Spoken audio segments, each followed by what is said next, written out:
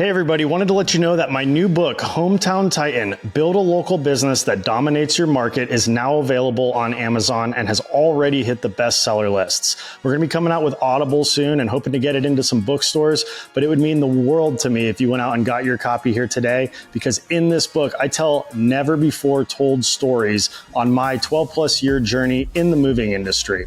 So go get your copy today, Hometown Titan, Build a Local Business That Dominates Your Market, and tighten up.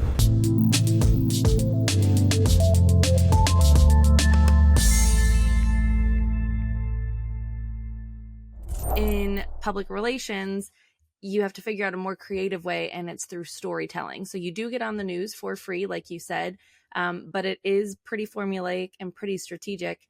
And I can go into that strategy now if you want. So if you can get somebody crying, and it sounds awful, I hate to even say that, the money shot, but it's just what they say in the biz, because it's a visual representation of emotion, and it's the emotions that are going to get people to be like, you know what, that moving company CEO, he really does care. Like you can tell what a heart he has on him, or those folks that he helped with that were crying, talking about what a life-changing experience it was because of XYZ. The biggest thing when it comes to being on the news is making sure folks are really comfortable. And so to even help with that, we do mock interviews, and we talk about, hey, let's pretend we're going to have a little interview here and see how you do. And then they can go back and watch it the next week and be like, ooh, I did bad here, I did good here, and then we'll try it again. And until they're comfortable, we just keep moving through that way. All right, everybody, welcome back to the Grow Your Moving Company podcast. I'm your host, Wade Sweikel, owner of Two College Brothers Moving, Storage, and Franchising, and co-founder of Titan Retreats and Tighten Up Training. And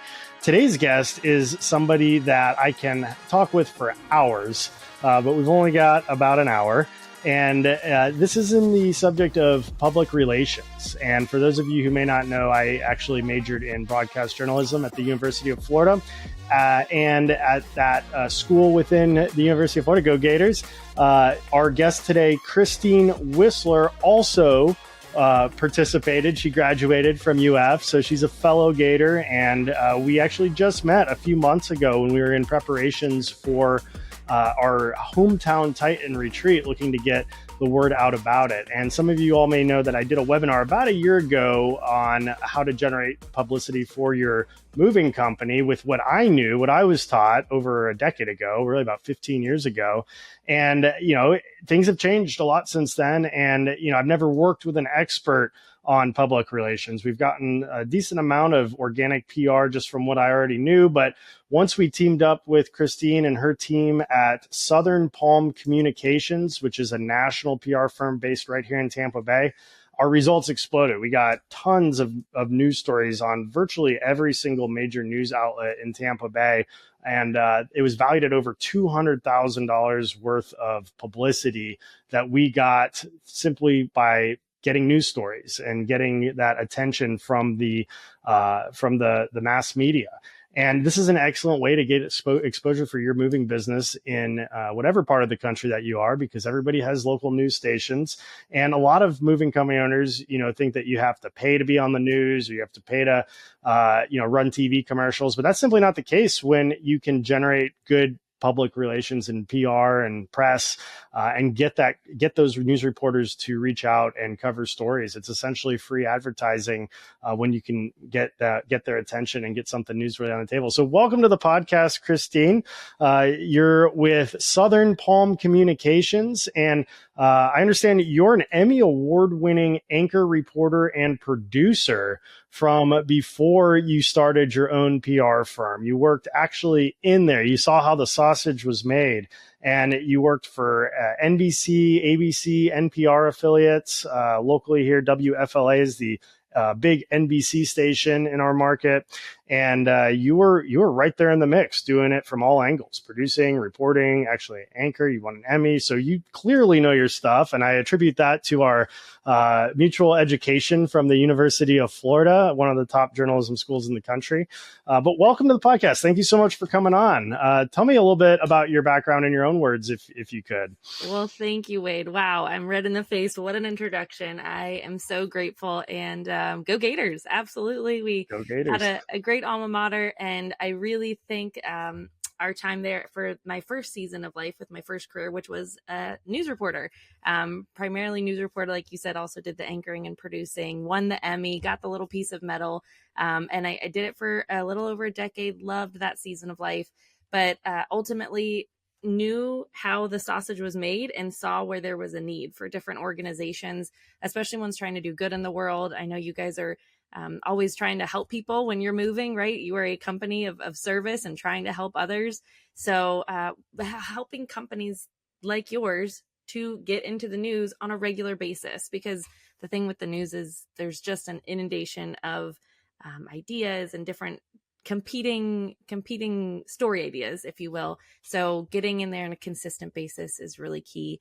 But as far as introductions go, I got out of that career about 4 years ago and moved to the PR world to help organizations get into the news. And my husband and I started this communications agency. I'm the CEO, and I'm just thrilled to be doing it. Love what you do every day, and love the people you work with, and you and your team are part of that. I love that. And I can tell you're extremely passionate about what you do. And, 4 years ago, we were going through a pretty tumultuous time with the media. You had all the politics and all the crazy protesting and stuff going on. I can understand how that might be tough to get up and go cover every single day. And some of the negative aspects of the news. And with PR, you get to do the fun stuff and work with awesome companies and really connect and leverage those connections that you have in the media to help them get exposure, grow their businesses, but also help get the word out about a lot of really great things happening in the community, a lot of good organizations. And if you have the best organization in the world, but nobody knows about it, then, it's going to be tough to stay in business for long. And you help businesses that are doing great things get that exposure.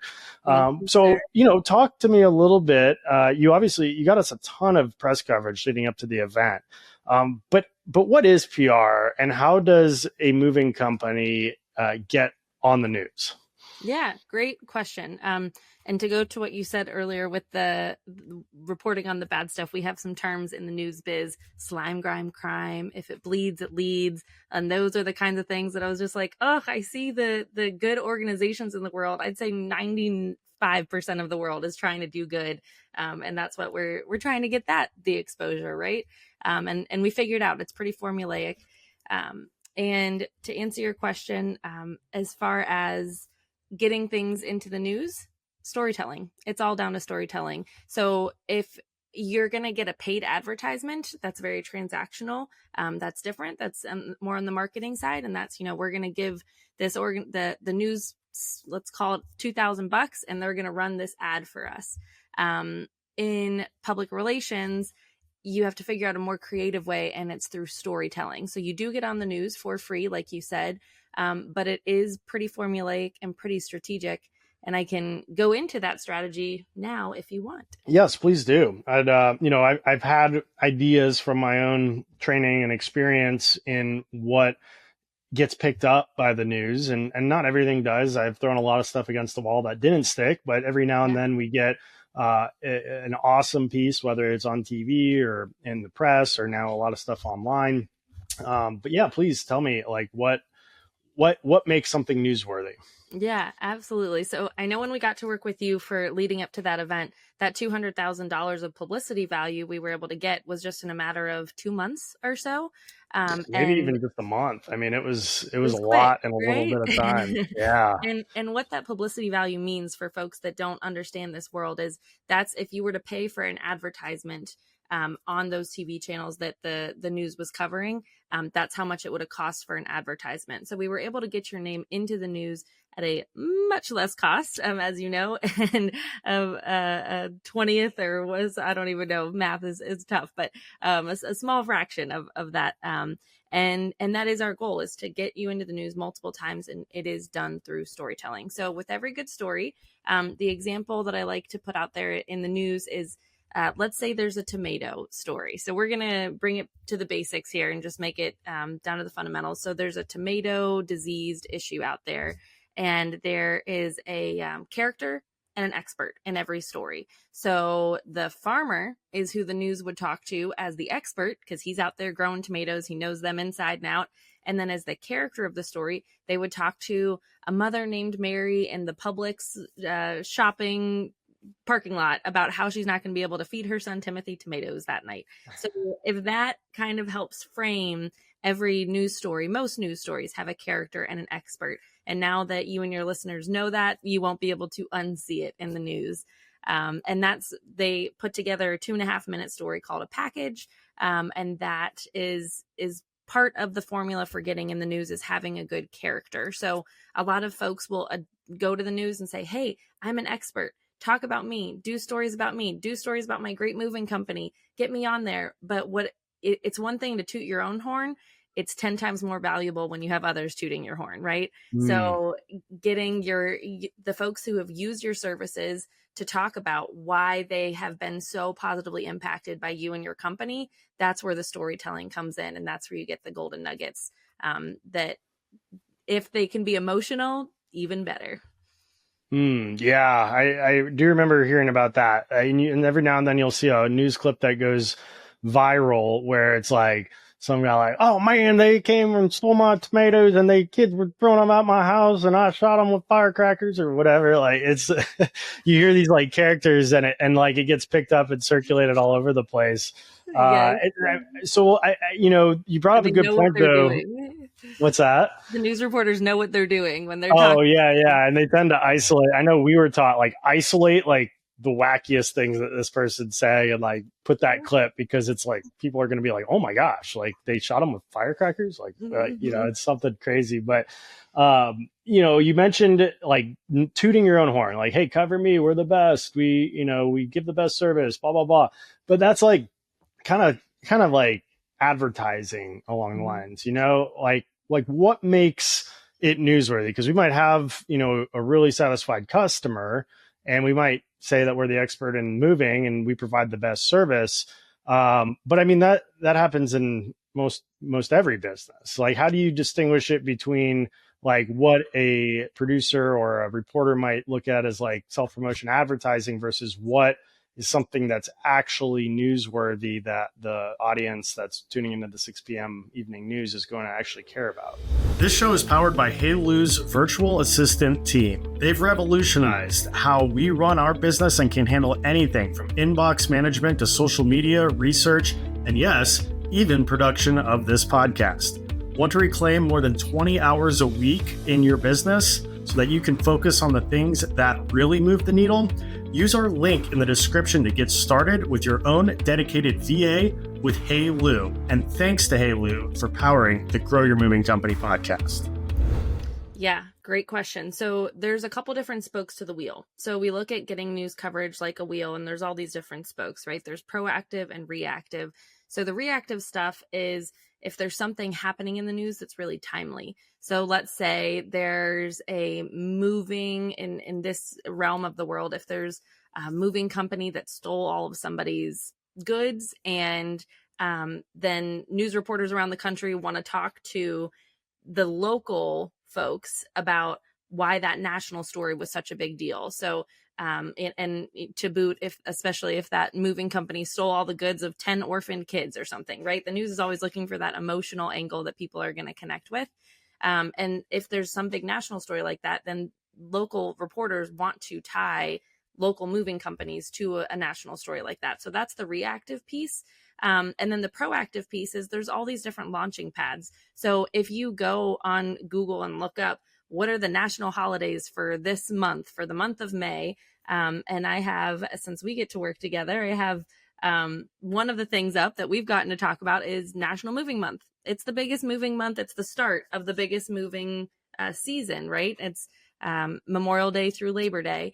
And then you're able to find different angles within that story. So I know truly what we're working to do with you and your company right now is finding those characters, the folks that have been directly impacted by the organization, and bringing them into the story about, okay, hurricane season. You can even pair it with other timely news things. Hurricane season starts here in 8 days or so. If we are moving, if it's the biggest moving season and it's hurricane season, what does that mean? Let's find some local people who've been impacted.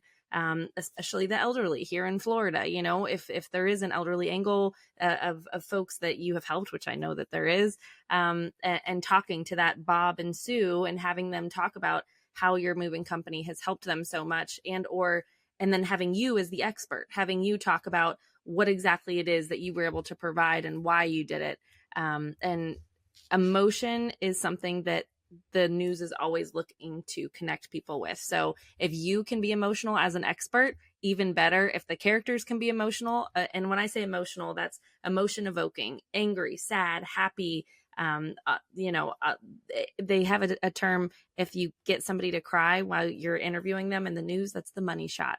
Because, and it sounds terrible, but it's the visual representation of emotion evoking. A lot of people watch the news without sound on, and they'll just kind of have it on in the background. So if you can get somebody crying, and it sounds awful, I hate to even say that, the money shot, but it's just what they say in the biz, because it's a visual representation of emotion, and it's the emotions that are going to get people to be like, you know what, that moving company CEO, he really does care. Like you can tell what a heart he has on him. Or those folks that he helped with that were crying, talking about what a life-changing experience it was because of XYZ.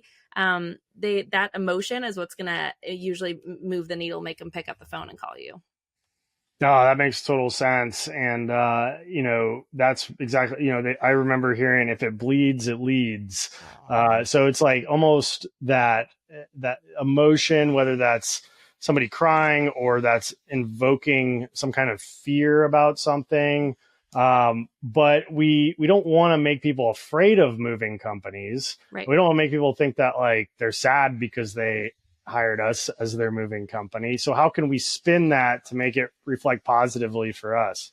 Tears of joy, because they have been so helped and so moved by what you've been doing, by the services you've been able to help with.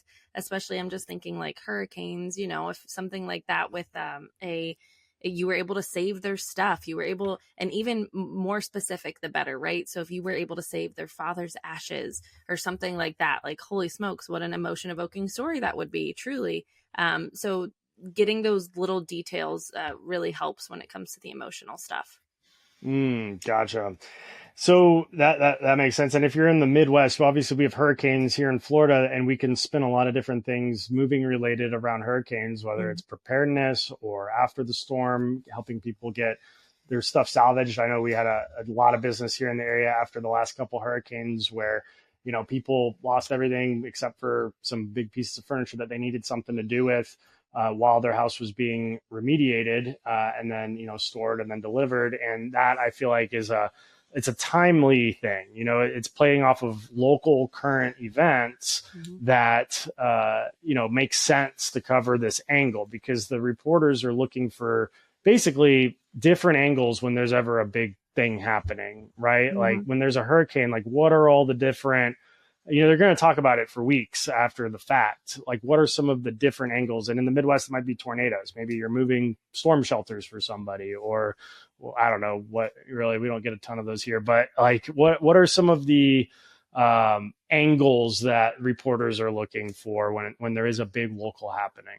That is a great question. So, like you said, up north, things like snowstorms even, or those different big things that impact a lot of people, weather related things impact everybody, right? So tornadoes, earthquakes, those types of things, whenever it's weather related, that's where the news is like, hey, this is going to impact the widest population of our viewers, because that's what they're trying to do, is get them to care. So when it comes to the types of stories, there's anecdotal stories, right, where it's about a singular person, an experience that they've had. And then there's also stories like I talked about, where you're taking it directly off of a holiday, a national holiday of some sort.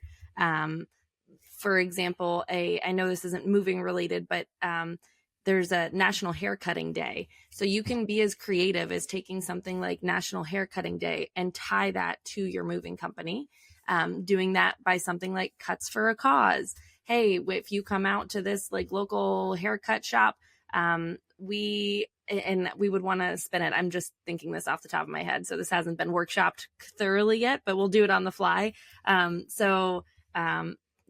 With every cut, we're going to help this specific cause, XYZ. And if that cause can be related to moving somehow, whether it be helping domestic violence victims move their stuff out of a home quickly or something like that. If there's some kind of angle like that, that you can put together. So when I say that the creativity is a huge part of this, tying it to different holidays is a big part of it. And so we have the anecdotal, you have those different launching points of the different holidays. And then there's the character and expert. So the anecdotal is partially, it could be character based, but truly when you have a character, somebody from your organization that has been impacted is a huge part of it, whether it be a business or a person, and how their business has been helped from your company. And then event-based. So if you're an event like Titan's Hometown Retreat, and that's a different event-based programs are something that the news is looking for. And then the other one is program-based. So if you have a certain program within your organization that you do or that you use, so let's say you have a program where you help others in some fashion, or even you're just doing something different than the average bear, that type of program could become newsworthy. And different things, like if you are an author of a book like the Hometown Titans, that could also be oh, look at you. That could also be a shameless plug. So lots of different options there. I love that. In our marketing, we're big into like, what's in it for me when we're trying to advertise to a customer, like, why should they use us? What problem are we solving? But I think it's important to think about that from the reporter side, the what's in it for me. Can you walk me through like what the day in the life of a reporter is and what their responsibilities are and how they're finding stories to go out and cover on a daily basis? I would love to, because it is a little known fact. And the more that people know that, the more that they know how the sausage is made and how to get their sausage into how to make it happen. So most reporters, let's say it's a Monday through Friday news reporter, they are usually looking for their story ideas. And I would say about 85% of reporters are daily reporters. That means you are walking into the news station that day, you're pitching 3 story ideas at the morning meeting there at the station. And then the big news director or producers either say yay or nay, like you can do that story, or nope, we're going to have you cover this other thing. And then you go and you talk to those people the day of, and then you get the visuals, the B-roll, and then you edit it all together, 2-minute piece, and have it on the 5 o'clock news that very same day. So 85% of the reporters are day turn reporters. And then there's your specialty reporters, investigative reporters, those types of things. I will say, if you ever are approached by an investigative reporter, think extra hard before talking to them, because 9 times out of 10, it is not a super positive story. So I'll just put it that way. But that's not the case with a lot of feature reporters and or the feature reporters and or day turn reporters. So as a day turn reporter, you're really looking for the stories sometimes weeks in advance, sometimes the night before, and sometimes the day of. But the more you can get it on their radar, I would say if it's an event of some sort, or you really want them to come out on one specific day, start pitching it 2 weeks in advance, because it kind of gets it on their radar. They can think about, how they would tell the story.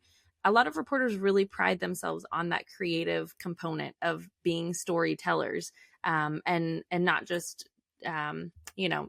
touting some business, but being storytellers, and that character expert connection. So if you don't know that character expert connection, they can potentially figure it out, or you can pitch that character expert connection. But anyways, going back to the day in life of the reporter, if I was still doing it, you go in 9:30 meeting. So for the 5 o'clock news, reporters start their day around 7:30. You're getting up, you're having breakfast, you're getting yourself ready. You get to the station by 9:30. You're in a meeting with the entire newsroom, all the producers for every show that day, all the reporters, everybody in the newsroom, all the photographers, everybody's there, and they have a huge board and they start delineating who's going to cover what. And these stories that they're choosing are who's going to be impacted the most by the stories, right? What are the viewers going to care about? And after that, around 10 a.m., everybody parts ways and goes and does their stories. And then by 3 p.m. at the latest, usually 1 or 2 p.m., ideally, you would have all your interviews done. You would have the B-roll, the footage done, and you start editing your story together. And usually there's multiple versions. Because they want people to keep tuning in throughout the different shows and different hours. So they might add one nugget in this hour with one conversation with you, and then another conversation with somebody else related to the story, and they just piece it up in different ways throughout the day to try to get people to keep watching, and coming up next, hear how their dog was impacted by that move, or stuff like that, the little teasers. And then they also do the social media and the website, so they are nonstop moving and grooving, and usually end up getting out around 7 p.m. only to start it all again the next day at 7 a.m., wake up and be at the station with and every reporter, I should say this too, I'll give it back to you, but every reporter has to have 3 story ideas walking into the newsroom that day. So they want a good story. Like, news reporters are constantly looking for those community connections. They want good stories because they have to go to their boss every single day and pitch 3 compelling story ideas, right? And so even if your story idea doesn't get chosen that day, they might choose it the next day or later that week or the next week. So staying at the top of these reporters' minds is really key, and staying pleasantly persistent. That is the name of the game. Those touch points consistently with these reporters really help. Because if they want to do your story and news breaks that day, an alien showed up in town, or I don't know, I'm just teasing, but some big thing happened that day, then they're going to get pulled and move to that story, because now that's what's impacting the most people. But I hope that makes sense. No, it totally does. I'm really glad you brought that up, that the reporters are the ones responsible for finding these local happenings and these story ideas to bring to their reporter. I think a lot of people, business owners, anybody, I don't think to understand, like, they might just think, how does the news, decide what they're going to talk about, especially on a slow news day where there's not an alien landing in the middle of Tampa.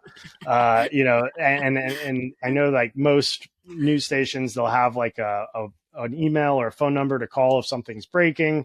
But most of the time it's the reporters coming up with the ideas, because the producers or the station itself isn't hearing about some crazy thing happening on most days, especially on a local news station. And so that's really important. Where are reporters finding these ideas? Like, how are they getting like the ideas every single day to come up with 3 to bring to their morning meeting?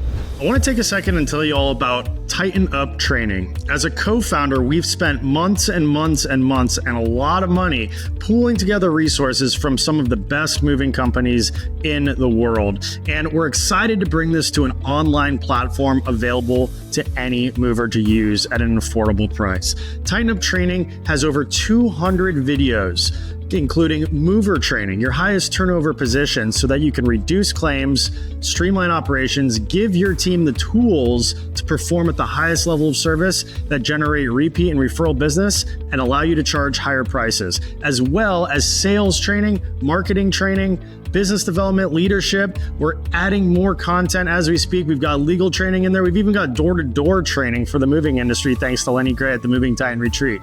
We've seen a massive explosion of moving companies jumping on to Tighten Up Training since the last retreat, and people are loving it. And when you sign up and mention this podcast, we're going to give you a free 6-week onboarding course in order to learn how to hold your team accountable and get the entire team on the platform so that you can have the best off-season and summer season that you've ever had. Ideally, the best 2025 that you've ever had. So go to tightenuptraining.com, schedule your free demo today, and look forward to tightening up. Great question. Emails and phone calls. So mostly emails and or social media. So those are the ways that I, at least as a reporter, and I think most reporters, scour social media, emails to see what ideas have come in. But then also, you can go as far as like looking at notes from a county commissioner meeting, or trying to find little nuggets from public meetings that are happening. But those are the main ways that they are looking for story ideas. Gotcha. And what's the best way to send that email or make that call? Like, how do you get a reporter's phone number or email address? And like, what do you send them or what do you say to them to make sure that it gets noticed? Yeah. So every news station and ChatGPT or any of these AIs can actually help a lot in this realm, but or just Google. But any news station's news email, so it's news tips is usually what they call it. Their news tips email. It's public knowledge. It's on their websites, and that news email. So let's say, for example, news at NBC.com or whatever the email is, and don't go emailing that because I'm sure that's a real email address. That goes out to usually what's called the desk, is kind of the central nucleus. It goes to the desk, and then sometimes it also goes to every single reporter, producer, anchor that's on at the station. So some stations do it differently, where that email, the news at NBC.com, for example, goes to just the desk. And then some have it where it goes to everybody. I would say 8 out of 10 stations has it where it goes to everybody, so that those news stories are just continuously coming in via email. And that's probably the easiest way for your listeners to reach out, is via email. However, I put a caveat there. So you reach out via email and follow up with the phone. So calling the news stations, calling the desk, and I can explain here in a second what the desk means, the assignment desk. But you send these emails and then you follow up on the phone. And when you get somebody on the phone, you just start talking about why this is so important, why this story matters, why it's not just a sales pitch, but rather how the community is going to be impacted, or how the community has been impacted. So I would say email first and then follow up with the phone. And those numbers are right online. Anybody can find them. There's about 5 news stations within every city, that every coverage area. There's 210 markets in the country. So lots of different opportunities. But within local news, let's say, like, you wouldn't reach out as a Tampa, let's say your moving company is just in Tampa, you'd be reaching out to the Tampa news. You're not going to reach out to to the news stations in Ohio, right? You're only going to reach out to where they have a local impact. So as far as local news, there's 210 TV markets in the country. And then nationally, that's a whole other ballgame that we can talk about. But I can explain what that news desk is if you want, or we can go a different direction.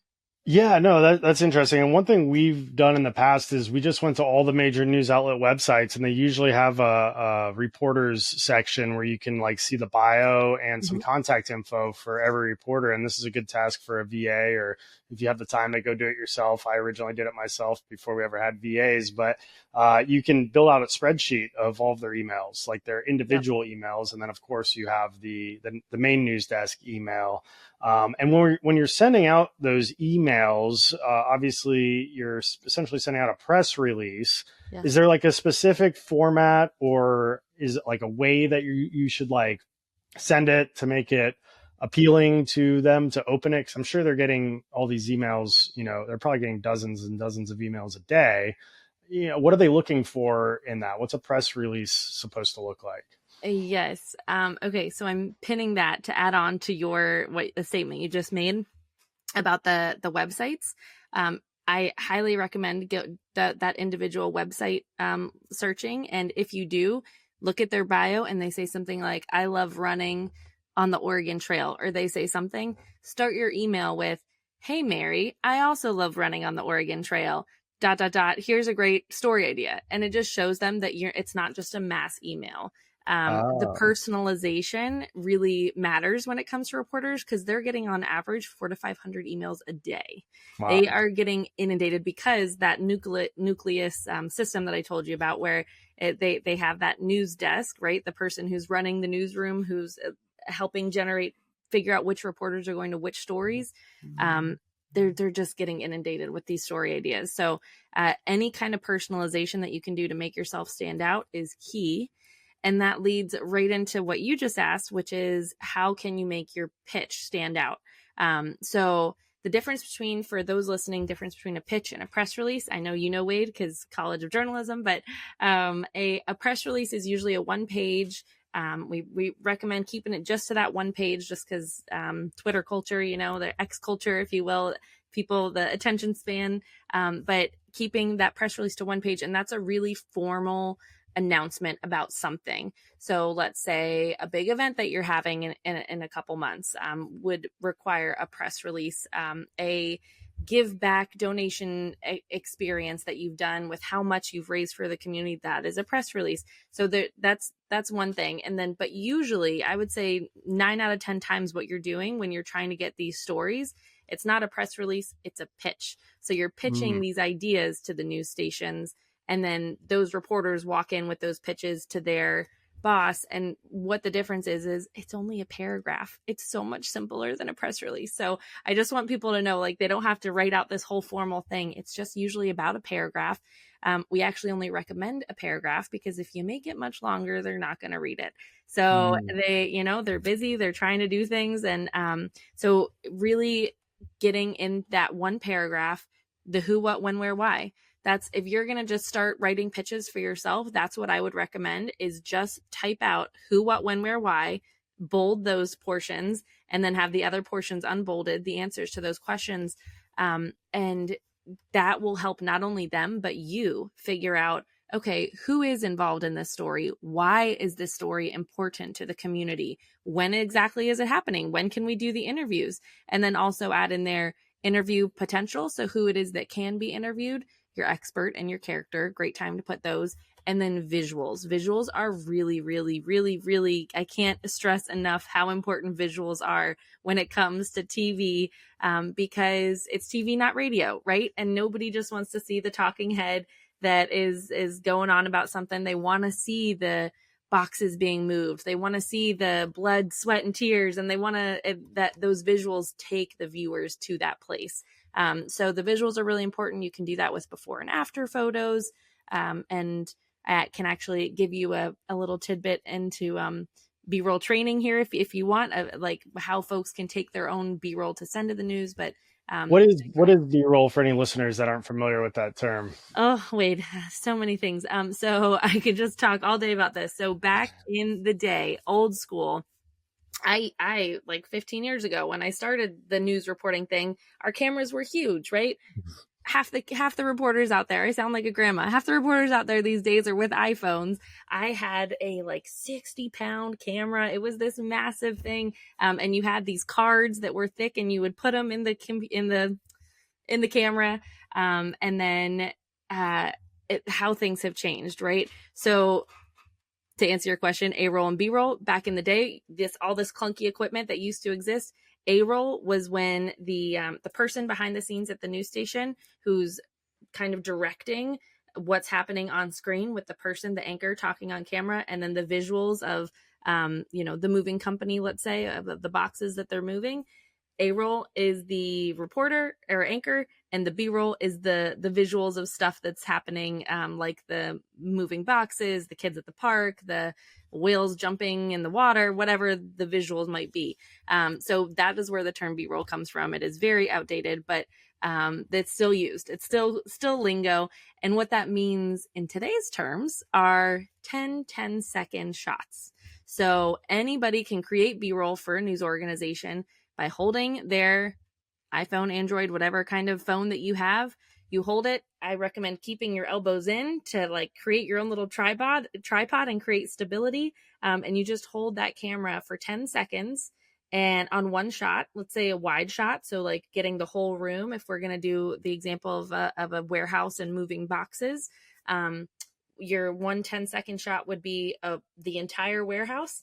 That's a wide shot. The medium shot is maybe somebody packing one of the boxes. So like from bust up, them like packing a box. And again, you just hold it. You zoom with your feet is what we say when you're creating this B-roll. So do not zoom in on your camera because that diminishes quality. And it just gets, it doesn't look as good. It doesn't look as crisp. So zoom with your feet. So walk a little bit closer then and get somebody packing a box. And then the tight shot that you can get for 10 seconds, again, holding horizontal, is the actual hands of somebody putting the tape over the box. So those are 3 examples. Those are 3 shots that you can get. And if you can get 10-second shots of any situation, that is the B-roll that the news is looking for.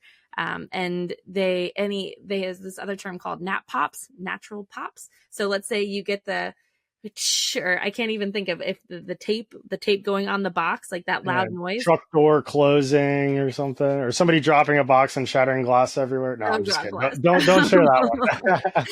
Cut that part out. Yeah, right. You're like, don't show that we broke something.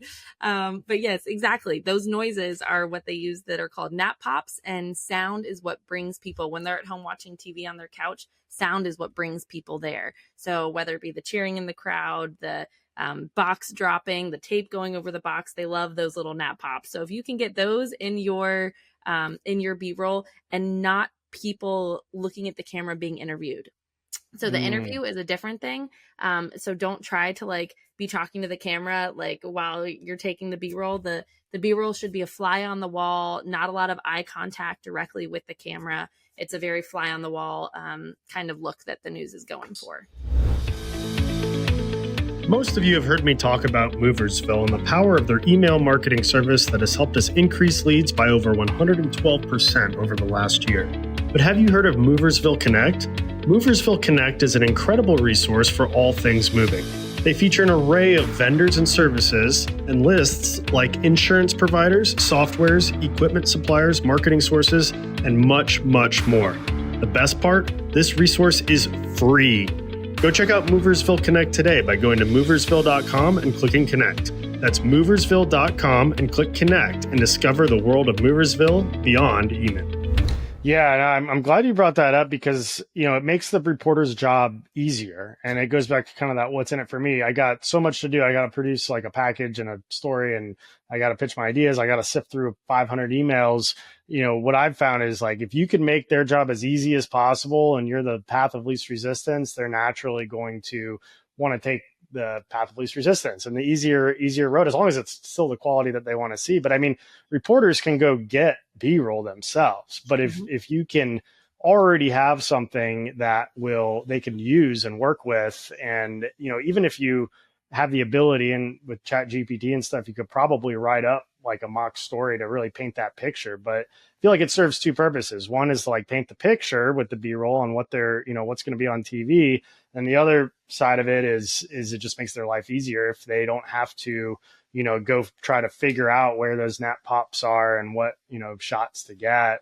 And are you sending those as like an attachment? I once heard that when you're sending press releases or communicating with news stations that attachments were bad because there could be viruses or something that could, or it's just an extra step for them to click and open something or a link. Like, how are you getting all of this into the email for them? I suppose if you have a relationship with them, it's different. They'll be more likely to trust it. But if they don't know who you are, like, what's the best way to transmit that information?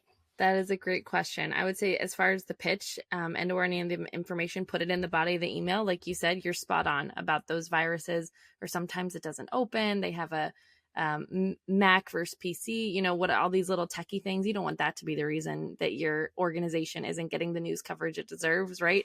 So do make it as simple as possible. Keep it right in the email. And then as far as the video, you can't usually upload video right into the email. So Dropbox or something like Dropbox is usually what we recommend. There's actually a free other easy version is called WeTransfer, is something that a lot of reporters use. But those are the 2 systems that I would recommend, WeTransfer and Dropbox, for getting the visuals over to your news station. And on that note, I think it's important, if anybody is actually going to go through and do this, make sure that your clips, we say 10 seconds, because if you're trying to upload a 2-minute clip, 3-minute clip, that turns into a much larger file than these little 10-second videos would be. So keeping them smaller is better and more digestible for not only the news to look through, but for sending purposes, for technological sending purposes. Makes total sense. And so if these reporters are getting hundreds of emails a day, what kind of a subject line is going to grab their attention, because I can't imagine they're opening that many emails, especially when they're out in the field running around all day. Yeah. So I always like to do, so there's the title, I'll explain like the title here, but I always put at the front whatever I think is going to stand out to them most. So let's say we do have a really emotional story, that you're helping a kid with cancer move, or even if it's helping a college kid move and something like that. I would put at the front in brackets, emotional story in bold. Or maybe it's not emotional. Maybe it's just really visual. And so you put in those brackets, visual story, before and after photos or something like that, or just visual story, emotional story, just to kind of get their attention to be like, what? Okay. Like, I'm intrigued, because they're always looking for visual or emotional. And then the actual title, make sure that it's all encompassing. So, if you give me an example of an event, then I can give you an example of a title, and maybe we'll do it that way. Should we do the Moving Titan Retreat? Okay. So, the one coming up this fall. Yeah, we could do that. So, local and I wouldn't even just say local. I would say if we're pitching it to the Tampa News, Tampa organization impacts thousands with business-oriented techniques to help the community, or something like that. I'm going off the fly here, but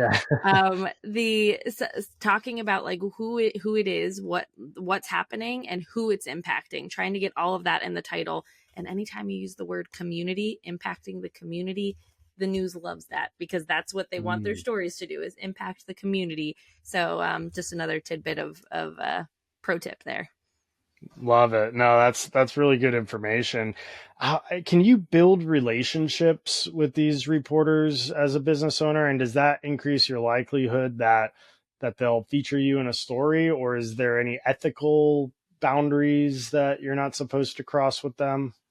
That is a really great question. So as a moving and storage business owner, you can absolutely make those connections, make that rapport, right? Keep it really professional.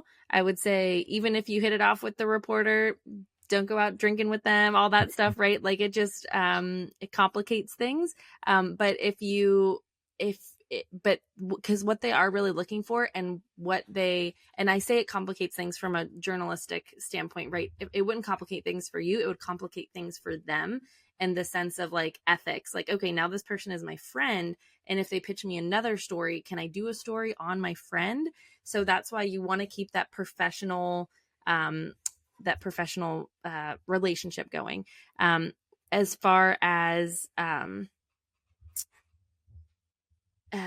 so sorry, you were saying what was it that I was just building relationships with them, and trying to get, leverage those relationships to get them to cover you more, or look to you as a source if something comes up. Yes. And, that you could be an expert in. So making yourself, like, let's say you're the CEO or leader of the company, making yourself as least businessy, advertising as possible. So talking about the emotion behind what you're doing. So let's say it's you talking, Wade, you don't want to be like the less, and you are so good at this because you're so relatable and down to earth, and can connect with people on that human level. But the less stuffy you can make it, right? The less like, oh, this is a business and I'm trying to make all this money. The more you make it about the community, and you make it about people oriented, and just really relating, which again, you do every day of the week. That's just who you are. But thank you. Yeah, it's true. But, that would be my advice. And building the rapport, it starts with that email about, hey, I also love to run on the Oregon Trail, or animals. Everybody loves cats, dogs, whatever. Most people love animals. Like, if they have in their bio something about that, you can connect over dogs, kids, family, the local things happening. I would say definitely making those connections and being somebody that they like to work with, because news reporters are, they are in some pretty difficult situations sometimes, whether it be some rough neighborhoods that they have to go in to cover murders, homicides, all that kind of stuff. They're not always in situations where they are around people that they would enjoy to be around. So just being enjoyable. And honestly, the biggest piece of advice I can give you is for building that rapport, being easy to communicate with. So for reporters calling you at 10 o'clock on a Monday morning, you better do everything possible to try to get back with them by 11 a.m. at the latest, like within the hour. Because again, they're pushing usually for that story for the 5 p.m. news. If you get back with them Wednesday at 3 p.m., they're going to like kind of laugh to themselves and be like, that was so 3 days ago's news. Like, I'm not even in the realm of thinking about that anymore. Like, thanks anyways. But the quicker that you can turn around talking with these reporters, and that's really, really, really key. And whether that be text message, phone call, email, whatever it is that the reporter likes to, you kind of have to do what they communicate with best. But really staying on top of getting back with them immediately. Usually we say our rule at my agency is 5 to 10 minutes. A reporter reaches out, you're getting back to them, even if it's with a, hey, I'm going to look into this and get back to you. If a reporter's reaching out, you get back within 5 to 10 minutes, no questions asked. And then you figure out the answer and try to get the answer to them. But they're just trying to do a job, and you want to make their job as easy as possible. So truly, the building the rapport thing, the biggest thing I could say is timeliness. Yeah, I totally get that. And there were some days when we were getting all that news press leading up to the hometown Titan retreat that you guys would call me and I'd just drop everything I'm doing and like drive across town as fast as I could, be like, scramble the jets, we got to go. Because, I mean, if it's worth $20,000 for that exposure on the 6 p.m. news, that'll potentially replay at the 7 p.m. news and the 11 p.m. news and the 5 a.m. news and the 6, like, we're going to be in front of thousands and thousands of eyeballs in like a do good, feel good story to get the word out about what we're doing. So yeah, I can't stress that enough. Before you mentioned a little bit about like if an investigative reporter ever reaches out, you hear like any press is good press, especially you hear that a lot in politics. They're always trying to stay at the top of the headlines, especially when there's elections coming up. Like what situations do you maybe not want to be available or carefully consider like your spin? Like how do you navigate negative PR, or if you're unsure how they're going to paint your company in the light, like what are some of the strategies there for a business owner? Great question. First, I would ask them, what is the overall message that you're trying to portray with this story that you're trying to tell? And then if they answer that question, you can tell where your piece might fit into that, right?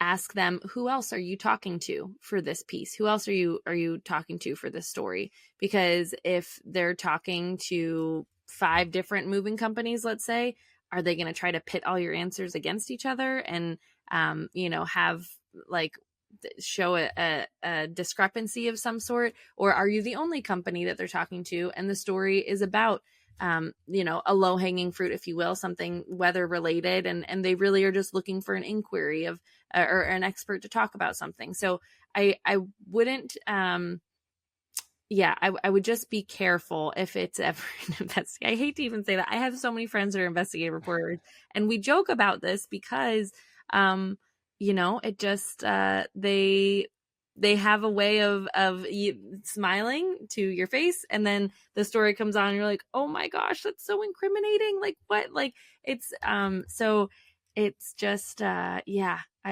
don't know if that really was a great answer, but that's what I got.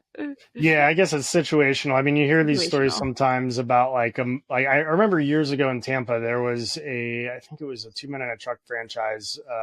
Sorry to throw them under the bus, but I mean, it's public information. There was like 2 movers that stole jewelry, and it was like $75,000 worth of jewelry from a customer, and they went to a pawn shop and they pawned it off for $300, which the pawn guy was like, this guy definitely doesn't, own this. Like this is hot. So he called the authorities, gave him $300, but you got to get your fingers printed and all that stuff when you go to a pawn shop. And the owner actually was quoted of the franchise in the story. And I thought he did a pretty good job of kind of mitigating the situation. He said, we move 10,000 people a year. We've got a 98.7% customer satisfaction rate, and most of our businesses referral. We background check all of our guys. These were a couple bad apples that somehow, decided to make a bad decision that day. And they've been terminated, and we'll, let the authorities do what they need to do. Like, I thought he did a pretty good job of crisis management in that point, because he hit on some points. Like, we're a huge company. The chances of this ever happening again are next to zero. It's like flying in a plane, the day after it crashes, Right. That's probably the safest time to fly because everybody's going to be totally on guard. Yeah. But like, do you have any tips if you kind of get caught in a situation where maybe you messed up, maybe your truck got in an accident and, crash into a school bus, who knows, like, stuff happens. Yeah. Like, how do you suggest an owner? I mean, because you probably don't want to avoid that, because then Right. you lose complete control over the narrative. Yep. How can they kind of try to put their own spin on it that will not be super detrimental? You're so right, Wade, because if somebody reaches out about a situation like that, and then it sounds really bad when on the 5 o'clock news, the reporter's saying, and we reached out to the owner of the company and they weren't available for comment. Like, it looks like you're hiding, because you are hiding, right? And you don't want that to ever be the case. The safest thing you can do is probably release a 2 to 3 sentence statement, a email where they, if they have follow-up questions, they can ask them, but you don't have to get back to them. You're not put on the spot. It's not like a camera's on you. And just those 2 to 3 sentences of something, just like you said, use statistics to back up what you're saying. We move XYZ amount of people. This is our rate of success, this is unfortunate, and show your emotion in that response. So, like, it breaks our heart that this happened, that this jewelry was taken from these people who trusted us as a company, and we're doing everything we can moving forward to mitigate and make sure that that doesn't happen again. Stuff like that. So I would say a 2 to 3 sentence statement over email is the safest thing. But getting in front of the camera, if you are confident like that, something like that, where you really can hold your head high and be like, you know what, stuff happens. If you can be authentic like that, and it's truly something that you're comfortable talking about, take the interview, let the reporter come and talk to you. In that case, it honestly gives you credibility as a business owner and as a company, that you're not hiding, that you are, you're able to get in front of the situation and kind of take that narrative from the owner didn't respond to the owner is heartbroken that this happened on their watch. You change that narrative to be emotional and to show true feelings, that you are heartbroken. You don't ever want this kind of stuff to happen to the folks that you're serving when you're in the service industry. So you are able to control it more if you even get in front of the camera. And again, I would just drive home those emotions. A couple of statistics about how it's not going to happen again and the small chances of it happening, but really driving home those emotions of, we're so sad to see this happen. Yeah, I think that's important. You hear a lot about things from politicians or whoever that'll say, like, the reason big pharma, advertises all these random drugs that, really only a doctor should be prescribing. Why are they advertising, these things and paying these news stations all this money? And then the one side is like, well, it's because news stations won't talk bad about their people that pay the bills and keep the lights on and give them all this money. And it's almost like a form of protection. And it's not probably just big pharma, but is that true? Like, if you advertise with news stations or media, or if you've built relationships, maybe they've covered positive stories about you in the past, the reporters, you're friendly with them. Is there any proactive ways to prevent bad PR in case something at some point does happen? And, maybe you have a customer who's even just like trying to strong arm you and say, if you don't give me a free move, I'm going to tell all the news stations that you're, that you stole my wedding ring or whatever. Like, even if it didn't even happen, or maybe something does happen. Maybe they crash into the school bus or something. Right. Is there like, is there any validity to that? Like, if you, advertise with them or build those relationships, or any protective things or proactive things you can do to avoid bad press? Or is that just like a myth and, people trying to point fingers? I would lean towards myth, unfortunately. The biggest, so has it happened in the past that there's huge sponsors, even within stations that I've worked with, not naming anyone in particular, but that there's a huge sponsor and this bad story is about to come out, and this reporter worked their butt off to tell the bad story about that client, and at the 11th hour, the top general manager person comes in and is like, you can't do that story, they're one of our sponsors. Have I seen it happen? Yes. Is it ethical? And I would say that's a 5% of the situation time. So just because you're advertising with somebody doesn't mean if something scathing comes out that they're not going to do the story. I would say everybody in that newsroom, like from an ethical standpoint, those two things should not be married. And anybody who's operating as an ethical newsroom, those things do not even touch. So the sales side of who's advertising with them and what is on the 5 o'clock news, those things are completely separate. And that's the way it should be in an ethical newsroom. So has it happened? Yes. But should it happen? And does it happen? It doesn't happen 95% of the time. It doesn't matter. So I wouldn't go out there spending all your dollars trying to advertise if something bad is going to happen, thinking like, oh, this is going to ward them off, because it won't. And honestly, from my investigative news reporter friends that I have, sometimes it makes them dig harder, unfortunately, because they're like, well, this is because that is something that news reporters so instinctually know shouldn't happen, like with the sales and what's happening on the news being correlated, because the reporter knows that there's that relationship, they might like push that much harder. So I would not go wasting all your money advertising just for trying to mitigate crisis PR. The thing that would help with crisis PR is the relationship building. So like we talked about, talking about a few little personal tidbits, your dog, your kids, your vacations, whatever. If and when you do good stories with reporters and you build that little rapport, that, just talking a little bit here and there about stuff so that they stick out in your head, they know that they can call you and be like, hey, what's going on? Like they can text you or call you because they've done good stories with you in the past. That is going to be 10 out of 10, your safest bet to mitigate any bad PR, because they can call you and you can be like, listen, this isn't really a news story and here's why, like and 9 times out of 10 the reporter will be like, okay, you're right, okay, like I'm gonna go back to my boss and be like, we're not doing it and here's why. And so that relationship and rapport is the best thing. And to answer your question in full, the best thing you can do to ward off crisis PR is have good PR. Get your company in the news for good stuff, get that relationship going with the different reporters in town, and get the good word out about the good stuff that you're doing. Yeah, that makes sense. It just made me think of a time years ago up in Gainesville. I used to play softball with the general manager of the one of the affiliates up there. I won't say which one, but there was a shooting in a neighborhood, and it happened to be the neighborhood that my general manager at the time lived in and drove a company car that was wrapped to. And the news stations were all out there filming the house where the shooting was. And our car is sitting right there in the next driveway. And we're like, oh no, like if somebody's not listening to this, they're going to think that like we were part of this shooting. And because I had that relationship, I was like, hey, we weren't part of this. Is there any way you could like make sure our truck isn't next to the crime scene so that people don't think that we're the ones that did it?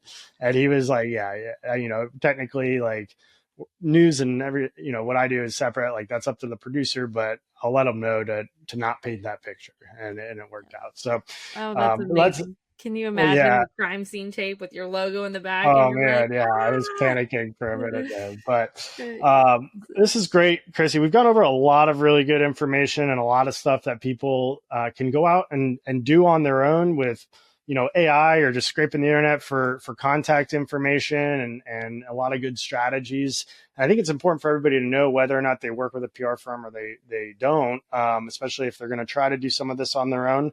But what are some of the benefits to working with a PR firm such as Southern Palm Communication that, the average Joe might not be able to do on their own, or any technologies that you leverage, or, relationships? Like what is the benefit to working with you versus just trying to do all this yourself? I would say the biggest benefit is just the time and energy, and having the agency take it off of your plate, because the name of this game really is pleasantly persistent and creativity with that storytelling, right? So to generate the story ideas, to come up with the characters and experts, to hook it to timely news angles, and then to pitch it not only once, but follow up pretty much every day. We're in touch with on behalf of our clients, we're in touch with news reporters, producers, anchors every single day, talking about different stories that we could potentially do now or down the road, or, just to keep it fresh and keep those wheels turning. So it's really just such an all-encompassing, like, and it doesn't have to be, but when you get an agency, it is their all-encompassing focus to get you that coverage, right? But if you choose to do the route where you're doing it yourself, it is doable. There's no huge major secret. We, of course, as an agency, have invested in some different tools and softwares that make our job easier. So while you're out there, scouring the different websites for different individual news reporter emails and or news desk emails, we have a software that we've invested in that has every reporter's email, phone number beat, and we can quickly talk with them and communicate with them, and sometimes on a mass basis. So we can send out an email to a different particular set of reporters altogether easily. And then the other software that we have that again, you don't have to have it, is because I'd say 50% of the time these days, reporters, producers will put the story on the website, and then you can use that to push out on social. We're big believers of anything that goes on the news, try to put it on social media, because the different folks, the different eyeballs, the different generations that are going to see it, it matters. So if you get it on the news, get it on your social media, get it on your website if you can. We have a software that we've again invested in that clips, it downloads the video. So whether or not the station puts it online, we can get that downloaded clip for our clients, and so that they can again use it for social or their web. And we have the ability to see how many people, how many eyeballs were actually tuned in, and tell what that publicity value is. So those are just some high level things. I think for any moving organization out there that's just looking to get their foot in the door and get some local coverage, we've given them some really good ideas of what they can do on their own, as themselves, as far as getting on the websites, looking for those email addresses, calling the news desks, and pitching stories with strong characters and experts. Yeah, you brought up a great point, because when you can get a natural news story that's not a paid, ad or something on the news, it generates a ton of trust. And with our websites and our social media, that's all we're trying to do, is generate trust and build authority. And then not to mention the backlinks that you can get from the news organization, which Google trusts a lot, that have a high domain authority, can be very, very beneficial to your SEO and your AI optimization that people are starting to trend towards searching. And now I understand you're teaching you host a media training. That's kind of a one-off service that you provide for people, but you also do national campaigns, and you work with clients all over the country to get into their local news and national news outlets. Tell me a little bit about your media training program, and then if anybody wants to have a conversation with you about, working with them on a retainer basis, like we've started doing, because I thought I knew it all, but then we started working with you, and it was a game changer. Like, we were getting maybe one story a year, and we got 8 in a month when we started working with you. And it's not going to be like that every month, but we had a big event and a lot of newsworthy stuff going on, and we're still pushing stuff out, getting stories out. And you can do this for anybody all over the country. And you can also, for somebody who just wants to learn more to try to do it themselves, you do this media training. How, tell me a little bit about what the media training covers, and then how people get in touch with you if they want to explore that or an ongoing relationship with you. Absolutely. Thank you so much, Wade. The media training is really a lot of what we've talked about here today, but even more in depth. So we go into what you can expect, the different types of news stories, from the lingo of a VOSOT to a package, and all these different types of news stories that there are out there. And training the folks that are going to be on camera about what to expect as far as if it's a Zoom, if it's an in-person, if you're going in studio, what those different formats look like, how to show up as your best self, how to dress, how to talk, how to act, all those different things. And really, it's just to make people really comfortable. The biggest thing when it comes to being on the news is making sure folks are really comfortable. And so to even help with that, we do mock interviews, and we talk about, hey, let's pretend we're going to have a little interview here and see how you do. And then they can go back and watch it the next week and be like, ooh, I did bad here, I did good here. And then we'll try it again. And until they're comfortable, we just keep moving through that way. So that's a bit on the media training. But as far as working with us, it's going to be hard to ever beat a client like you, Wade Sweikel, with Two College Brothers Moving and Storage. But no, we love all of our clients, and we are very blessed. We get to work with folks across the country, and we're here to help. So Christine Whisler, my email is christine@southern-palm.com. And again, Christine at southern- the dash is key, palm, southern-palm.com, Southern Palm Communications. And what a joy it has been to work with you and to chat today. Yeah, well, thank you. And like I said, I majored in this field in college. I thought I knew what I was doing. I actually dated a news reporter for 5 years, and thought I was learning it. But the landscape has changed so much since then, and I learned a lot just talking with you on this call. But I mean, we talk every week. You've taught me a lot about what the latest and greatest trends in the industry are, and I think it's important to stay ahead of that. And like you said before, this is what you do every single day. You've got the tools and the softwares and the relationships and the contacts to where you could just send out a press release like I've done in the past and hope to get lucky, or you can take a professional, organized approach and work with somebody who is truly an expert that comes from this world, that spent over a decade in this world, like Christine. So it's a pleasure working with you, Christine. And I hope that if anybody can't get in touch with her for some reason, maybe you wrote down the wrong information, we'll try to drop it in the notes for the podcast, but just reach out to me and I'll point you in the right direction, because it's been a game changer for Two College Brothers, and it's really put us on the map. I had tons and tons of neighbors and friends and random people saying that they saw us on the news, people that I just met standing in line at a coffee shop. In fact, one day not too long ago, I was standing in line at a gas station wearing my Two College Brothers stuff, and a guy I've never met in my life said, "Excuse me, Wade," and it didn't register at first, and I was like, did he just say my name? Like, do I know this person? And I felt kind of bad after the fact, because I was like, I was kind of like, no, don't worry. I didn't acknowledge it. But then I was thinking, did he knows who I am, locally?